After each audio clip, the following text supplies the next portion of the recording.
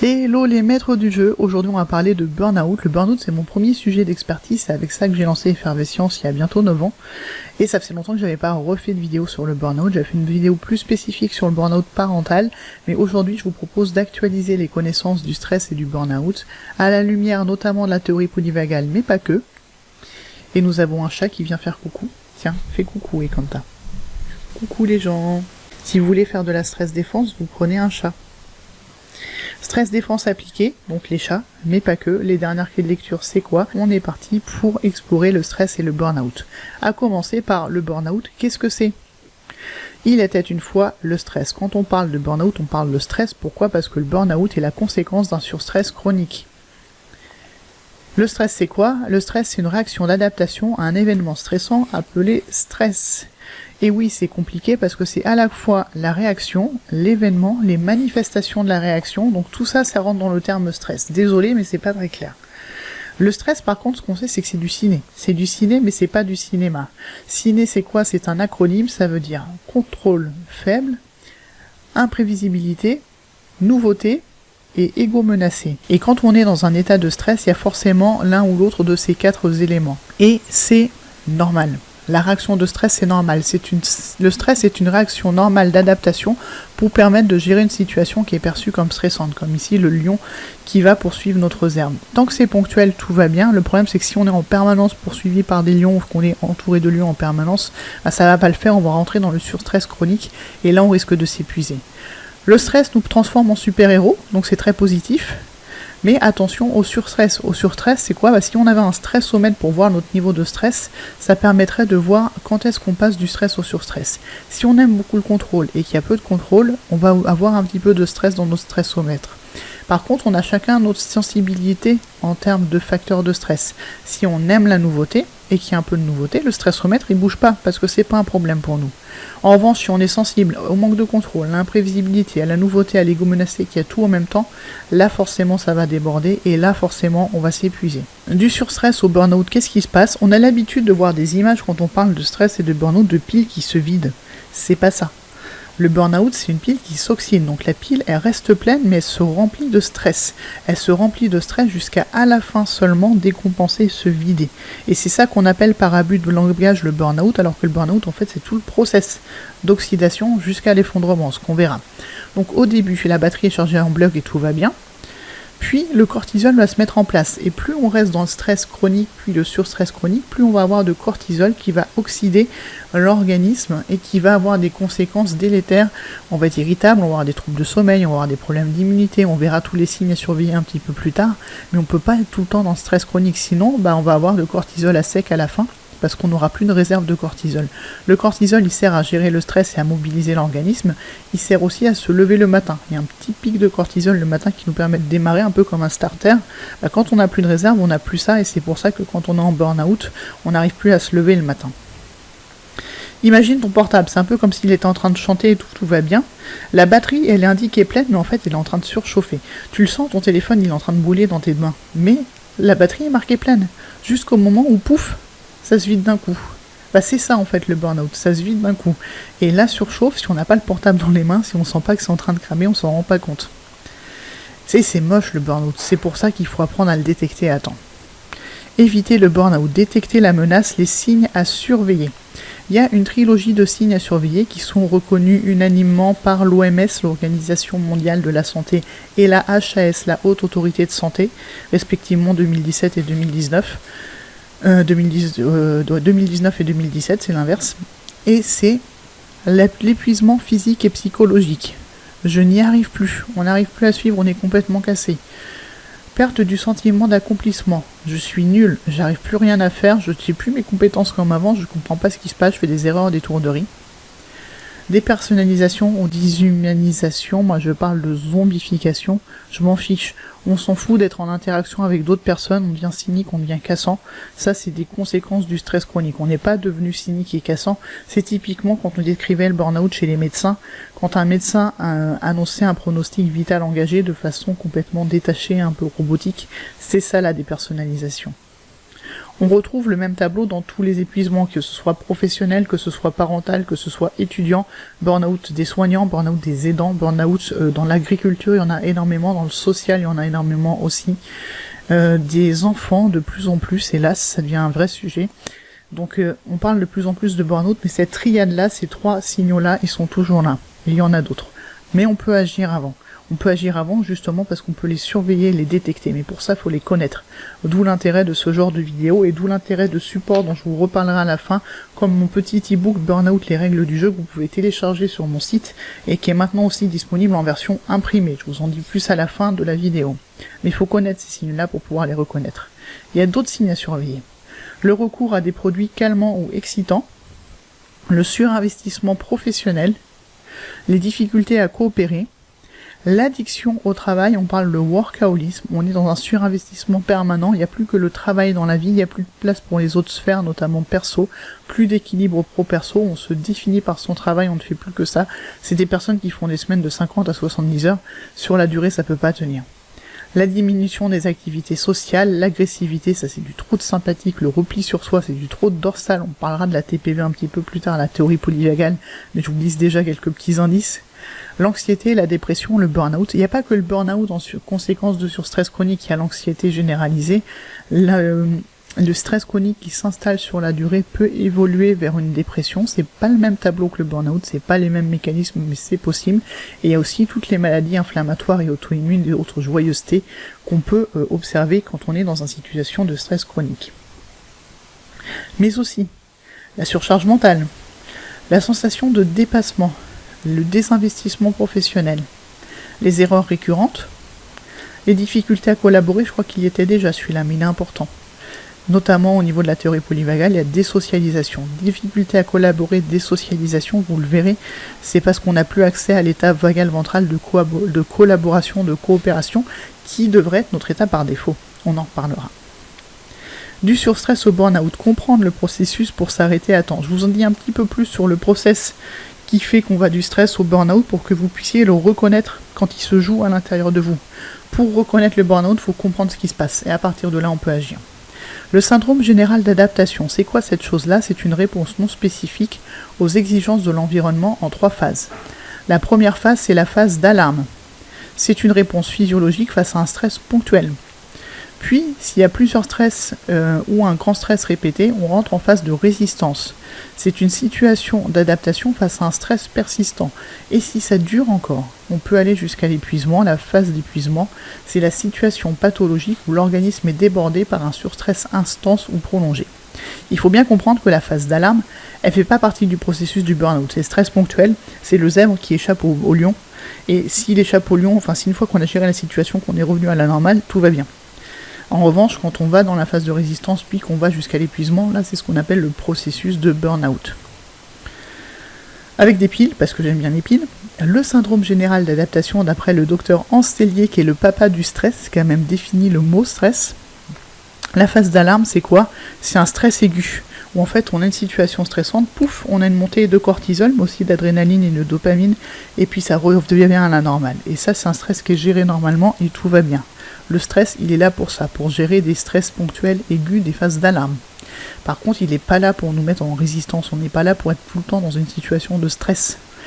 Quand on est dans des situations de stress répété et ou de stress chronique, là c'est la résistance. Et là le problème c'est qu'on va faire du cortisol, on va faire de l'adrénaline, on va faire de la dopamine, on va pas pouvoir les tenir indéfiniment. Et du coup, on va forcer, et c'est comme ça qu'on peut aller jusqu'à l'épuisement. On va sursynthétiser du cortisol, on va essayer de tenir les réserves de dopamine, d'adrénaline, de noradrénaline. Après, le problème, c'est que la sérotonine va s'effondrer, la dopamine va s'effondrer, et puis le cortisol va s'effondrer, et là, on va complètement s'épuiser. Enfin, c'est tout un tas d'acteurs, mais si on continue, si on force, si on est tout le temps dans le stress répété, dans le stress chronique, on va jusqu'à l'épuisement. Et l'épuisement, vous voyez, je vous ai rajouté des petits mots, le burn-in au début et le burn-out après.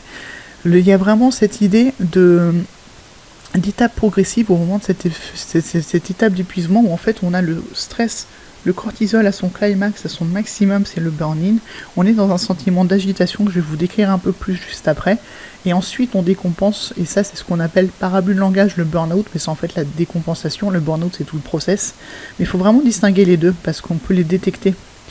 On parle souvent du burn-out comme un trouble de l'adaptation, mais en fait c'est la réaction normale à un trop de surstress chronique couplé à une suradaptation. C'est pas en soi un trouble de l'adaptation, c'est une réaction d'adaptation normale. C'est exactement le même mécanisme que le malaise vagal, et c'est pas pour rien parce que c'est aussi lié au nerf vague. Quand on fait un malaise vagal, on a le cœur qui accélère de façon un petit peu anarchique dans trop de sympathique, et pouf, on a un coup de dorsale qui fait que pouf, on s'effondre, on fait un malaise, le temps de réguler le rythme cardiaque. Bah là c'est pareil, on s'installe dans trop de sympathique et trop de stress chronique et trop d'agitation, on est tout le temps en train de forcer et de lutter, jusqu'au moment où pouf, on va faire un gros coup de stop, et ça c'est le burn-out, et c'est comme un malaise vagal sur un temps long en fait en termes de mécanisme. Ça a des effets spéciaux, je vous mets cette image parce que je trouve qu'elle est très parlante. La phase d'alarme, c'est l'allumette isolée, tout va bien, on gère la petite allumette et c'est ok. Quand on est en résistance, on va regrouper toutes ces allumettes, on va être tout le temps en mode suradaptation et on va griller nos cartouches jusqu'à l'épuisement, on n'aura plus d'allumettes, on sera complètement cramé. Pourquoi on en est là? Parce qu'on joue en permanence ce qu'on appelle la neurosymphonie du surstress, ce que j'appelle moi la neurosymphonie du surstress, avec cette situation que je trouve pas très parlante de Vincent de Gaulle-Jacques, qui est professeur de sociologie. Que se passerait-il si un chef d'orchestre ne cherchait pas à ce que chacun de ses musiciens joue au mieux sa partition, mais à ce qu'il la joue le plus vite possible tout en ne cessant d'apprendre à jouer d'autres partitions? Ce serait la cacophonie. Et oui, on en est là. On est tout le temps dans une injonction à forcer, à surperformer, ce qui fait qu'on s'épuise. Et on ne peut pas tenir ce rythme-là sur la durée. Nous devons apprendre à nous réguler déjà, nous co-réguler ensuite, on verra ce que c'est, avec des temps de ralentissement et de ressourcement. Ça n'existe pas, la neurosymphonie du surstress permanente, où on serait tout le temps en train d'être dans une rythme dynamique d'été, de performance, de surperformance. On a besoin de temps de repos, on a besoin de temps de silence, et c'est des choses qu'on s'autorise plus à faire. Le burn-out, c'est une invitation à revoir la temporalité et apprendre à ralentir et à faire des pauses. Slow must go on par rapport à la neurosymphonie du surstress, c'est aussi ça la leçon du burn-out. Quand tout va trop vite, qu'est-ce qui se passe? Vous savez, c'est l'effet Tetris à la fin avec les briques qui tombent et qui accélèrent. Ça, c'est Tetris. Bah ça correspond au ressenti qu'on a dans le burn-in. Le burn-in, c'est cette sensation de briques qui tombent très vite jusqu'au burn-out, où là, on est complètement décompensé. Vous voyez mon petit bonhomme là avec les petits yeux en croix. Ça, c'est le burn-out, la dernière étape. Donc en fait, l'idée, c'est de détecter l'effet Tetris. L'effet Tetris, c'est ça qu'on appelle le burn-in, qui est juste avant le burn-out. On est dans un pic d'activité, on a l'impression que tout va très vite, du coup on s'agite de plus en plus, mais plus on s'agite, moins on est efficace. Ça, c'est la caractéristique du burn-in, et quand on est au burn-in, c'est le moment le plus adapté, le plus approprié pour consulter, aller voir son médecin et se faire arrêter.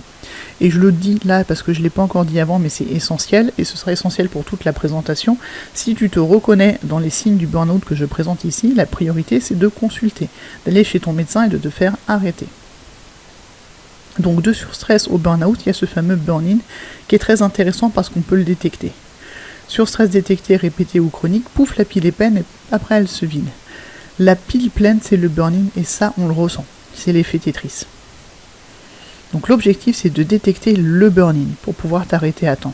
Et c'est pour ça que, pour simplifier, on décompose ces différentes étapes avec là le burn-in et le burn-out. Mais on va encore pouvoir le décomposer de façon plus fine pour mieux prendre conscience de son niveau d'épuisement, avec ce qu'on appelle des descriptions, des nosographies du burn-out qui vont détailler les différentes étapes. Alors, on a vu la définition en 3 étapes avec l'alarme, la résistance et l'épuisement. Ça, c'est la définition de Hans Selye avec le syndrome général d'adaptation. Quand on parle vraiment de burn-out et qu'on définit le burn-out, la définition académique du burn-out, c'est celle de Christina Maslach. Alors il faut savoir que le burn-out, il y a le docteur Freudenberger qui l'a défini en 1974 de mémoire, c'était dans les années 70, et quelques années après, Christina Maslach l'a formalisé et a créé un questionnaire, le Maslach Burnout Inventory, qui est toujours utilisé, qui ne fait pas l'unanimité mais qui est encore utilisé. Mais ouais, elle propose une définition académique en 4 étapes, qui va recouper ce qu'on a vu avant, hein, vous le verrez. La première étape, c'est l'alarme avec l'engagement. On est dans le stress chronique. On a des petits signes de stress sur une longue période, une dégradation lente physique puis psychique. On a bien l'épuisement physique et psychologique, hein, rappelons-le nous. Puis on est dans la résistance. La résistance, c'est un état de surengagement. Un terme qui est très parlant et qui veut dire beaucoup de choses, c'est déni-habituation. Pourquoi déni-habituation? Parce qu'en fait, il y a une disparition des réactions physiques d'alarme et une accoutumance puis une insensibilité à la souffrance. C'est comme si on se rendait plus compte qu'on était en train de se stresser et de s'épuiser et que du coup, on était forcément dans le déni. Et le vrai problème du burn-out, et notamment d'un premier burn-out, c'est le déni, parce que les gens se sentent pas concernés quand on leur parle de burn-out, parce qu'en fait, il y a un moment où on est tellement surinvesti qu'on se rend plus compte des signaux de stress chronique, des douleurs, des somatisations. Jusqu'à la rupture, ça, on est dans l'acharnement. L'acharnement, là, on a atteint les limites physiques et on reperçoit les troubles qui ont été disparus en phase 2. Donc là, on somatise. On somatise, on s'en rend compte et c'est là, en général, qu'on va consulter. Et si on attend trop longtemps, évidemment, il y a l'épuisement, c'est l'effondrement, avec une angoisse perpétuelle, un épuisement physique et une dépression, entre guillemets, par dérèglement du système de défense, je dirais décompensation et pas dépression, parce que le burn-out n'est pas une dépression. On s'acharne assez avec la chaise pour le rappeler. Donc je dirais épuisement physique et décompensation par dérèglement du système de défense. Et là, on s'effondre, effectivement, c'est l'effondrement. Une autre nosographie qui est encore plus parlante, qui est plus récente et que j'utilise avec son accord et je l'en remercie, c'est celle du docteur Leschemia que j'ai interviewé en fin d'année dernière. Je vous invite à aller voir l'interview si vous ne l'avez pas encore vue, elle était fascinante, je la mettrai dans l'article également, l'article associé à cette vidéo. Lui propose une découpe en 5 étapes. C'est quoi ces 5 étapes? Alors le stress normal qui ne fait pas partie des étapes, là tout va bien. Puis on va rentrer dans le surstress maîtrisé, l'alarme. On est en stress, mais on arrive encore à gérer. L'aération de stress ponctuel ne fait pas partie du processus de burn-out. Le surstress maîtrisé, quand tout va bien, on reste dans la phase d'alarme. Par contre, si ça se prolonge, on va rentrer dans le surstress dépassé, c'est la résistance. Puis le basculement. Le basculement, il faut vraiment prendre l'histoire de la pile comme des montagnes russes. Des montagnes russes où on monte le stress, et là on est au pic de stress, on est au pic du truc, et on sent qu'on va basculer vers le burn-out, c'est maintenant. Il y a comme un temps d'arrêt. Et là, il y a la rupture, et là, il y a l'effondrement qui est beaucoup plus rapide qu'est le moment où on chute. Et ça, c'est très intéressant parce que d'avoir ce ressenti-là de la montagne russe permet de la détecter. La détecter et donc de s'arrêter, idéalement, avant de rechuter, avant la rupture, avant l'effondrement. Il est important, je le redis encore plus ici, d'aller consulter si tu te reconnais. Je reprends l'histoire en 5 étapes du docteur Leschemia de façon illustrée parce que je n'ai pas pu m'empêcher de faire des petits dessins. Donc on retrouve les étapes dans un camembert. Stress normal, tout va bien. Il y a une réaction, une situation de stress ponctuel, mais on arrive à la gérer. Puis on rentre dans le stress maîtrisé, et là on commence à avoir un début de charge mentale. Il y a quand même beaucoup de choses à gérer, c'est la phase d'alarme. Sur stress dépassé, alors là on est en surcharge mentale, il y a trop de choses à gérer, on commence à être dépassé. C'est la résistance. Basculement, on voit l'ombre au loin du burn-out, et on commence à se dire que tiens, si on se penche un peu plus, on pourrait y aller. Puis la rupture, alors là on commence à s'effondrer et l'effondrement, on est à terre totalement et ça c'est la décompensation, ce qu'on appelle par abus de langage le burn-out, mais c'est tout ce process qui est le burn-out, je le rappelle, à partir de la phase d'alarme. Enfin dès qu'on passe en surstress et quand le surstress est dépassé, là on rentre vraiment dans le processus de burn-out.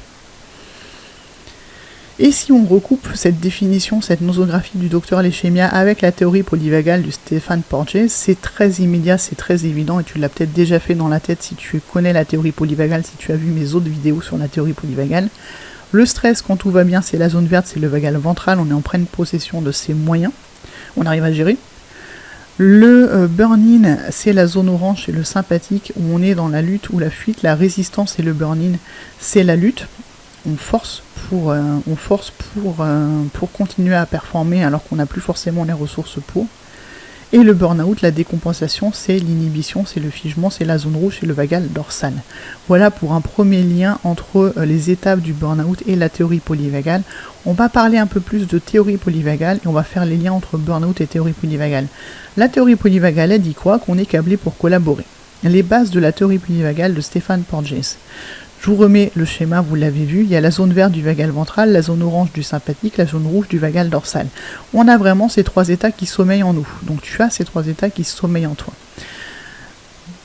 On connaît déjà les 3 F, la lutte, la fuite et l'inhibition, fight, flight et freeze, mais en réalité on est câblé pour collaborer et c'est super intéressant parce que qu'est-ce que dit la théorie polyvagale? C'est que quand tout va bien, quand on est en pleine possession de nos moyens, on est dans la zone verte, on est dans le vagal ventral et quand on va faire de la stress défense en entreprise ou dans d'autres contextes d'intervention de sensibilisation au burn-out, Alors oui, il y a la gestion du temps, il y a la gestion du stress, mais en fait le stress il se gère très bien tout seul, le temps se gère très bien tout seul, il y a l'équilibre pro perso, il y a la surcharge mentale, mais il y a surtout le fait de revenir dans un état, une situation, un contexte où on peut être dans notre zone verte de vagal ventral, où on va être câblé pour collaborer, pour performer collectivement.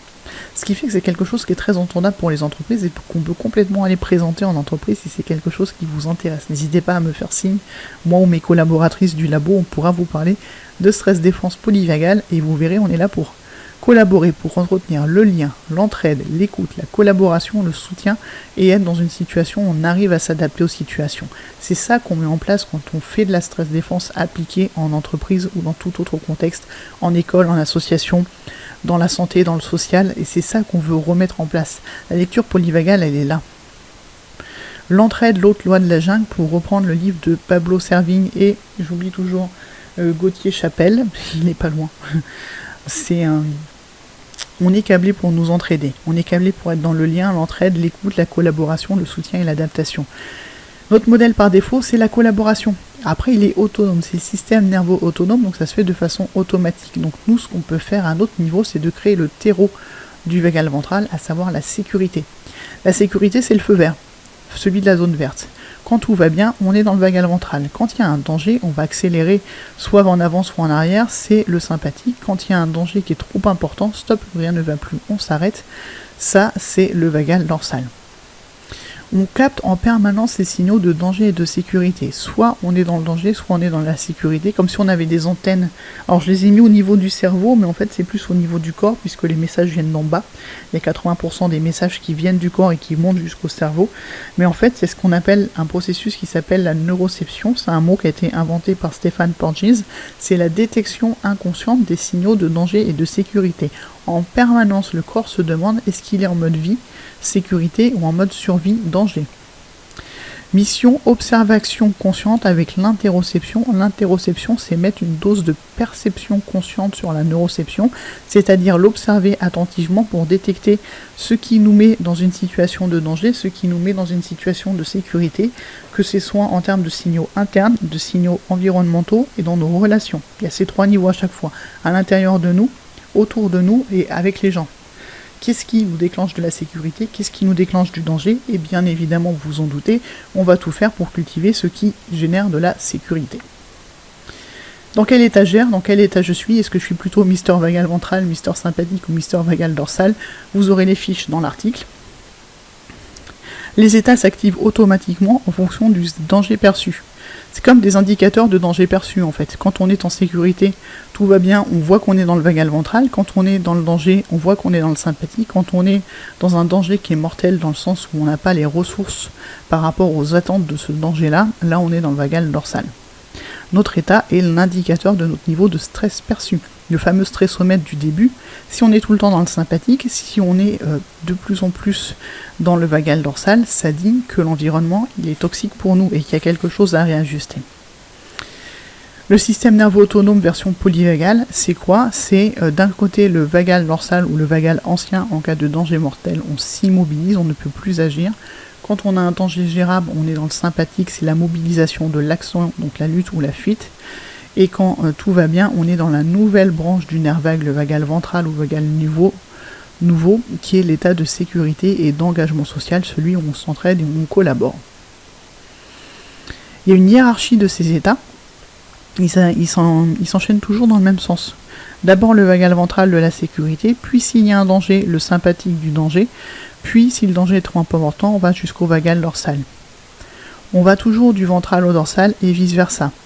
Hop, le ventral, le sympathique si le ventral n'est pas approprié, le dorsal si le danger est trop important. Et pareil pour remonter. Si on remonte du dorsal, on passe d'abord par le sympathique, donc par l'action. Quand on est dans le vagal ventral, on est dans le lien. Quand on est dans le sympathique et le vagal dorsal, on est dans la protection, la survie. Les questions à se poser. Déjà, il faut savoir que tous les états sont ok et sont là pour nous préserver. D'habitude, je le dis avant, je ne l'ai pas encore dit aujourd'hui. Tous les états sont ok et sont là pour nous préserver. Les questions à se poser, c'est est-ce que je navigue facilement entre les différents états ? Est-ce que je suis pas coincé dans un état en permanence ? Et des personnes qui sont dans la suractivation, qui sont tout le temps dans le sympathique, tout le temps dans l'action, tout le temps dans la débauche d'énergie. Et il y a des personnes qui sont dans le repli sur soi permanent, ou des personnes qui ont été traumatisées, qui sont dans le dorsal en permanence et qui n'ont pas accès au sympathique, qui n'ont pas accès au vagal ventral. Donc première question, est-ce que je navigue facilement entre mes différents états ? Ensuite, est-ce que mes états sont adaptés au niveau réel de danger ou non ? Et est-ce que mon entreprise ou mon environnement, ma fac, n'importe quel contexte où on intervient, mon entreprise est-elle propice à une collaboration sécure ? Et ça, c'est les questions qu'on va se poser quand on intervient pour faire de la sensibilisation. Et l'idée, c'est de recréer des conditions sécures. Tous les états sont ok là pour nous préserver, il fallait que je l'écrive quelque part, c'est tellement important. On a vraiment monsieur vagal ventral, monsieur sympathique, monsieur vagal dorsal, ils ont chacun un rôle à jouer, ils sont là aussi pour nous indiquer ce qui se passe. Mister vagal ventral, c'est l'engagement, on a confiance aux autres et en soi-même, le monde paraît simple, plein d'opportunités, de joie, on a des projets, de la créativité, de la chance, on attire les bonnes personnes, on arrive à collaborer, ça c'est le vagal ventral. Quand on ressent ça, c'est qu'on est dans le vagal ventral et que tout va bien. Si on est dans le sympathique, c'est la méfiance, on n'a pas confiance en soi, on se méfie des autres. Le monde paraît compliqué, stressant, on doit se protéger. C'est aussi là où on met en place des compétitions avec des objectifs dans les entreprises inatteignables, des injonctions paradoxales, des mises en compétition des différents collaborateurs. On doit se battre chaque jour et faire des efforts pour s'en sortir. C'est pas tenable sur le long terme. Il n'y a pas de bon stress qui fait performer les équipes. Il y a des bons niveaux de motivation et d'investissement avec des projets qui sont impliquants, mais il n'y a pas de bon stress sur la durée, ça n'existe pas. Ça, c'est le sympathique sinon. Et l'inhibition du vagal dorsal, on n'a pas du tout confiance en soi et dans les autres, le monde paraît dangereux, injuste et on va s'isoler. On se sent épuisé, impuissant, seul, on n'a plus envie de rien faire et donc là on est totalement désinvesti. Ça c'est le vagal dorsal. Vous comprenez bien qu'on n'a aucun intérêt à mettre en place les conditions du vagal dorsal où les personnes vont se désinvestir. On n'a pas non plus intérêt, contrairement à ce qu'on pourrait penser dans nos sociétés capitalistes, à être tout le temps dans le sympathique. Du stress permanent chronique, parce que c'est pas tenable sur la durée, c'est très malsain, les gens vont forcément finir par somatiser, vous allez les perdre, vous allez les cramer, ne faites pas ça. Recréez les conditions du vagal ventral. Le syndrome général d'adaptation, je vous refais le parallèle, on l'a vu déjà avec la nosographie du docteur Leschemiam, on retrouve là aussi exactement les mêmes phases, les mêmes états. Phase d'alarme, zone verte. Phase de résistance, zone orange, le sympathique. Phase d'épuisement, zone rouge, le vagal dorsal. Nos états sont les indicateurs de la santé de l'entreprise, de l'environnement, du contexte d'intervention. Et en fait, ça permet de se rendre compte si on est ou pas dans les bonnes conditions. Le problème, je vous l'ai dit, c'est le culte de la surperformance. On a une injonction à être tout le temps dans l'action, le sympathique, le combat ou la fuite. Alors surtout le combat, on n'est pas dans la fuite. En fait, il faudrait qu'on apprenne à fuir à temps. C'est ça les leçons du burn-out, c'est de fuir, donc de se faire arrêter avant de décompenser, avant d'aller dans le vagal dorsal. Si on force tout le temps dans le sympathique, on n'est que dans le sympathique en permanence, forcément, avec cette injonction à tout le temps dans l'action, ça va pas tenir, et pouf, le parasympathique va finir par gagner, on va se cramer. Donc en fait, ouais, c'est ça l'idée, c'est que moi ce que j'ai pas su faire sur mes burn-out, et j'en ai fait 3, c'était savoir quand m'arrêter à temps. Donc il faudra apprendre à fuir à temps. Pourquoi on fait ça ? Parce qu'on a un culte de la surperformance, ce que je disais, et surtout des messages contraignants qui sont associés. Les messages, c'est quoi ? C'est sois forte, sois parfaite, fais plaisir, fais des efforts et dépêche-toi. C'est pas tenable de toujours être sous le poids de ces messages en permanence, parce qu'on se surinvestit, on n'arrive plus à ralentir, on n'arrive plus à se reposer. Rappelez-vous la neurosymphonie de la survie, on a besoin de ralentir. On se trompe de combat. C'est même pas ça, c'est qu'il ne devrait pas y avoir de combat. En fait, au lieu de superformer et de modéliser la superwoman, il faudrait qu'on regarde le petit enfant qui est devant la petite fille et qu'on apprenne simplement à prendre soin de soi et de son enfant intérieur. Et comment on fait ça ? C'est ce qu'on va voir dans la partie pratique. Déjà, on joue sur les curseurs. Sois parfait, sois fort, dépêche-toi, fais plaisir, fais des efforts, c'est bien, ça permet de mener à bien des projets, mais pas en permanence, il faut savoir les doser. Il faut vraiment les penser comme des curseurs. La première mission, c'est reprendre les manettes. Des messages contraignants, tu les utilises quand on a besoin pour mener à bien un projet, mais pas en permanence parce que c'est pas tenable sur la durée. Et ce qu'il faut savoir, et ce qu'il faut retenir, c'est que la TPV est un jeu JE avec le U entre parenthèses, comme tout chez moi. Jeu JEU, c'est le passage à l'action, c'est ce qui est fun, c'est ce qui fait plaisir, c'est le mélange de vagal ventral et de sympathique. Et JE, c'est ce qui fait ralentir, c'est le vagal ventral et le vagal dorsal. Et ce qu'il faut comprendre, c'est qu'on a 3 états, mais on a vraiment ces plusieurs combos. Alors là, on voit le repos et le jeu. En vrai, il y en a plus des combinaisons, mais ce sera l'objet d'une autre vidéo spécifiquement sur la théorie polyvagale. Mais on peut les combiner. Et quand on a du vagal ventral dans son sympathique, c'est le passage à l'action qui n'est pas dans un état de stress, qui est dans le mode action, jeu, performance, la performance collective, la performance collaborative, ce qu'on appelle la play zone aussi en anglais quand on parle de travail collaboratif, de performance collaborative, c'est du sympathique et du vagal ventral. Et quand on se repose et qu'on choisit de se reposer et que ce n'est pas décompensé, que ce n'est pas un burn-out, c'est du repos avec du vagal ventral qui permet vraiment de se ressourcer sans être en mode larve. Mission, observation, discernement et objectif, flexibilité. L'idée vraiment c'est de voir dans quel état on est, est-ce qu'il est adapté ou pas à la situation, est-ce qu'on navigue facilement entre les différents états. L'invitation de la TPV c'est juste ça. Est-ce que je suis dans le bon état? Est-ce que j'arrive à sortir de l'état dans lequel je suis par défaut? Il y a des personnes qui ne peuvent pas sortir de leur sympathique avant de faire un burn-out. Il y a des personnes qui sont tout le temps dans le repli sur soi parce que vécu traumatique, parce que manque de confiance en soi et dans les autres, parce que tout un tas d'expériences adverses vécues dans l'enfance. Et ça, c'est des cas qui relèvent de la thérapie. Objectif flexibilité. Mon état est-il adapté à la situation? Qu'est-ce qui déclenche mes changements d'état? Vous rappelez-vous, c'est l'obmission observation, c'est ce qu'on appelle l'interoception, quand on regarde ce qui déclenche les différents états. Est-ce que je reviens facilement en vagal ventral, parce que c'est quand même l'objectif d'être dans cet état de confiance? Et mission observation, observer ce qui se passe. Et en fait, pour être dans un état de régulation et de bonne performance, il faut 30% de vagal ventral minimum. Alors je dis bien minimum parce que 30% c'est vraiment le minimum pour établir un lien sécure, notamment dans l'enfance ou par rapport à ses collaborateurs. Mais on ne vous demande pas d'être 100% dans le vagal ventral en permanence, ce serait utopique.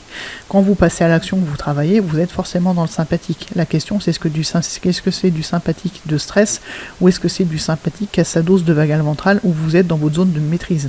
Ce qu'il faut, c'est de cultiver au maximum la zone de maîtrise et plutôt que de mettre la pression aux gens pour apprendre plein de choses en permanence sans leur laisser le temps de les assimiler, aider les gens à avoir cet espace d'apprentissage et d'évolution constante où on ait ce temps d'assimilation pour vraiment réussir à performer.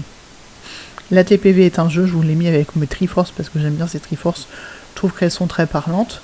Quand on cumule le vagal ventral et le vagal dorsal, c'est le jeu JE, c'est l'espace de repos.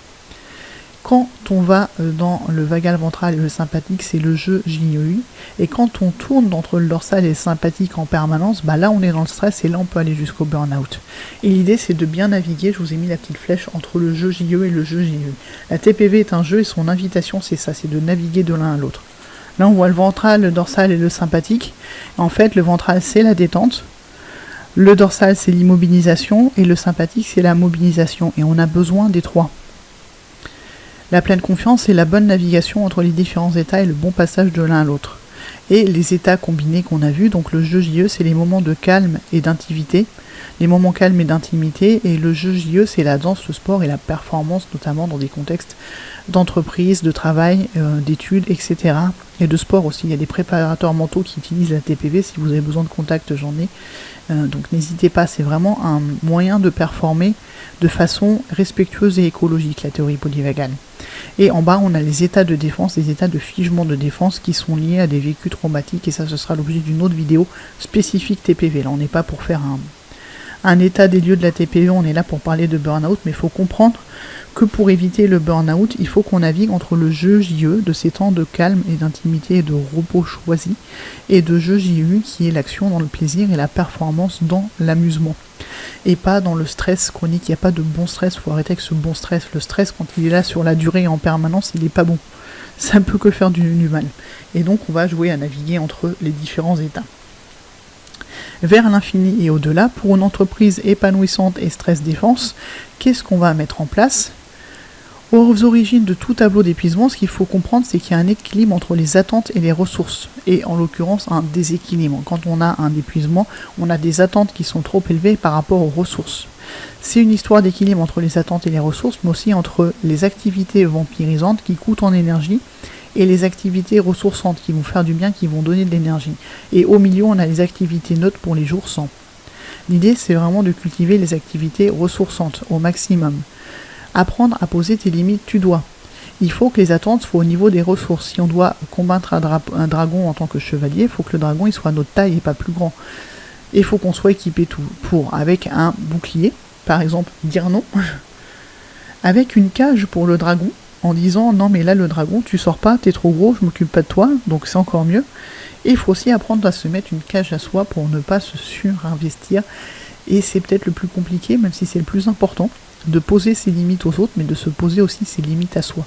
Parce que quand on va jusqu'à l'épuisement, quand on va rester dans un poste en se surinvestissant jusqu'à s'épuiser sans s'arrêter avant de décompenser, c'est qu'on a aussi, soit aussi, un problème de limite du fait de partir à temps.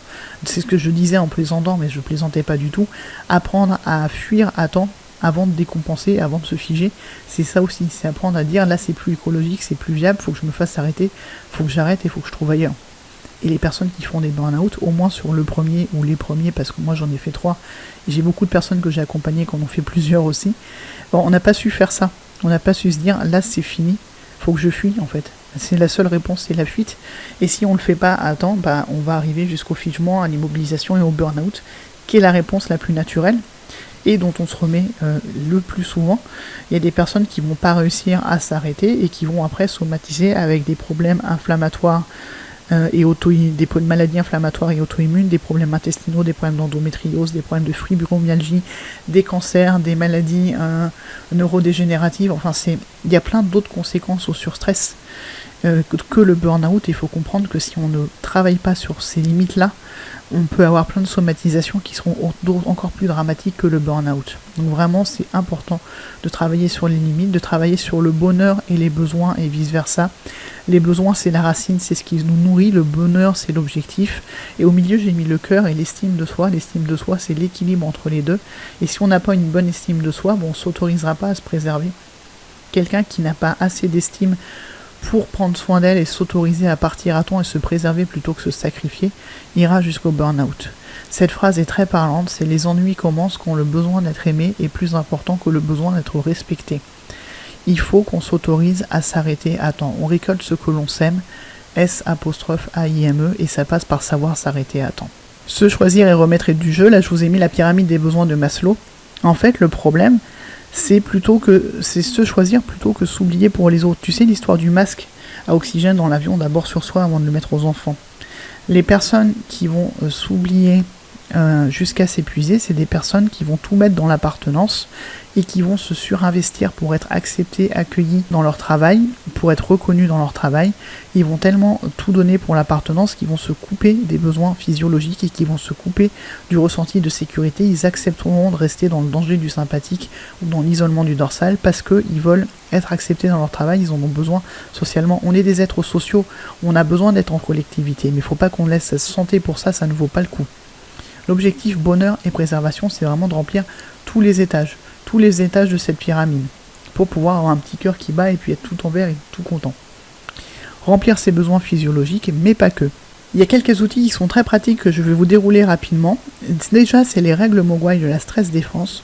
Commencer sa journée en douceur et pas par le stress d'aller voir les actus sur le téléphone par exemple, ou d'aller sur ses mails dès qu'on se lève, parce que là ça nous met en sympathique.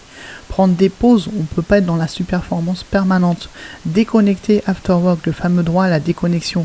On a besoin de couper du travail, sinon on va rentrer dans le workaholisme, l'addiction au travail.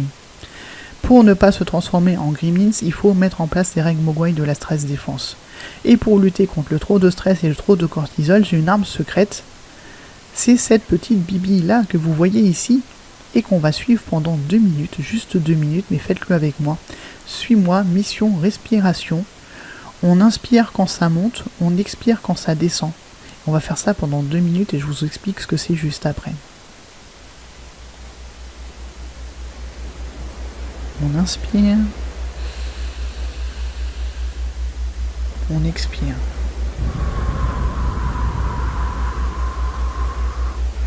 On inspire. On expire. On inspire. On expire. Si ça va trop lentement, s'il y a la tête qui tourne un peu, on se cale sur son rythme à soi. Il faut pas que ce soit désagréable. Et on suit la petite bibine.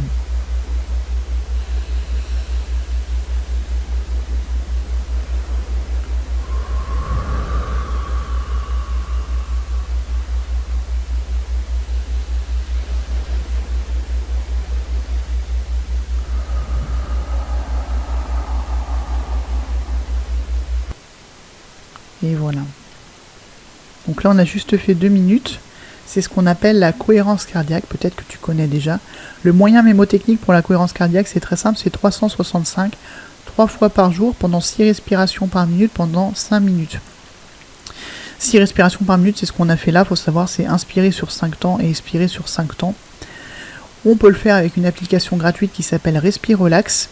Respirelax Plus, même sur iOS, donc sur Apple et Android. C'est gratuit et c'est personnalisable.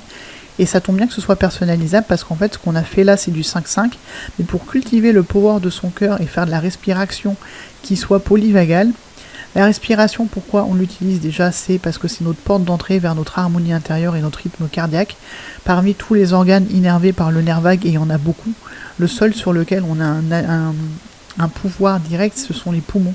Et donc la respiration qui va influer très directement sur le rythme cardiaque. Donc pour s'apaiser, ça se passe par la respiration. La cohérence cardiaque, pour se mettre dans le vagal ventral, on inspire sur 4 temps parce que l'inspiration est sympathique et on expire sur 6 temps puisque l'expiration est parasympathique et apaisante. Donc pour s'apaiser, et le problème en général c'est qu'on est dans trop le sympathique, on inspire sur 4 temps et on expire sur 6 temps, donc on allonge l'expiration. Et donc tu peux personnaliser sur Respirelax Plus, tu fais ta version personnalisée à la fin et tu programmes inspire sur 4, expire sur 6 temps. Et si c'est trop rapide au début, tu fais 3-4 et après tu adaptes. Il faut savoir qu'il y a un lien direct entre la fréquence cardiaque et les états. Chaque état a sa fréquence cardiaque, chaque état a sa variabilité cardiaque. Et en fait, c'est pas les mêmes battements en fonction du dorsal. Le dorsal, c'est un battement qui est ralenti, c'est un rythme qui est ralenti. Le vagal ventral, on est à 50 à 80 battements par minute. Le sympathique, c'est plus accéléré, 80 à 120 battements par minute. Et en faisant la cohérence cardiaque, tu l'auras compris, on va se mettre dans le vagal ventral. Donc c'est vraiment fait pour se réharmoniser et pour réajuster sa fréquence intérieure et sa mélodie intérieure et mettre plutôt la mélodie du bonheur que la neurosymphonie de la survie. Il y a la musique. La musique, ça permet vraiment de naviguer entre les états, de passer du dorsal au ventral, du sympathique au ventral, alors du dorsal en passant par le sympathique pour aller jusqu'au ventral, évidemment, mais on peut vraiment jouer sur la musique pour sortir de la cacophonie du stress et aller vers l'harmonie des états que tu as choisi pour qu'ils soient adaptés à tes besoins et à la situation. Je travaille beaucoup sur la musique, je suis en train de me former au yoga du son, à la sonothérapie, donc c'est quelque chose dont je reparlerai dans d'autres interviews, dans d'autres vidéos. Mais c'est vraiment un levier d'action très direct avec la respiration, la musique, pour jouer avec ces états. Mission co-régulation ou accordage, j'en parlais au début. D'abord, on se régule soi, mais on va aussi se co-réguler entre individus. C'est la clé de la co-régulation harmonieuse de l'enfance au lieu de travail. Parce que quand on est avec l'enfance, on va se co-réguler avec sa maman. On a besoin de la maman ou de la figure maternante et ou de la figure maternante pour se réguler, se co-réguler, mais c'est pareil avec les collègues. Il faut qu'on ait cette connexion sécure, ce lien sécure pour qu'on puisse être dans cet état de vagal ventral pour pouvoir performer et pour pouvoir être au mieux de ses ressources, qu'on soit pas dans la surinvestissement, la suradaptation. On va se syntoniser, j'aime beaucoup ce mot, on va s'accorder, c'est-à-dire que la base de la co-régulation, c'est de transmettre son état de sécurité. On est à côté d'une personne, on est en vagal ventral, pouf, on lui donne notre vagal ventral. Là, on l'a co-régulé en vagal ventral. Mais ça pourrait être aussi l'inverse. Attention à la dysrégulation. La dysrégulation, je vous remets l'animation au cas où vous n'ayez pas vu, mais c'est la personne qui est en sympathique ou en dorsal qui va donner son dorsal ou son sympathique à la personne à côté. C'est ce que j'appelle les états vampirisants. La dérégulation ou dysrégulation, c'est quand une personne transmet son état d'insécurité, le sympathique ou le vagal dorsal. C'est des personnes que j'appelle des vampires énergétiques, il faut les fuir. Au début, on a fait l'équilibre entre les attentes et les ressources, mais entre les activités vampirisantes, neutres et ressourçantes.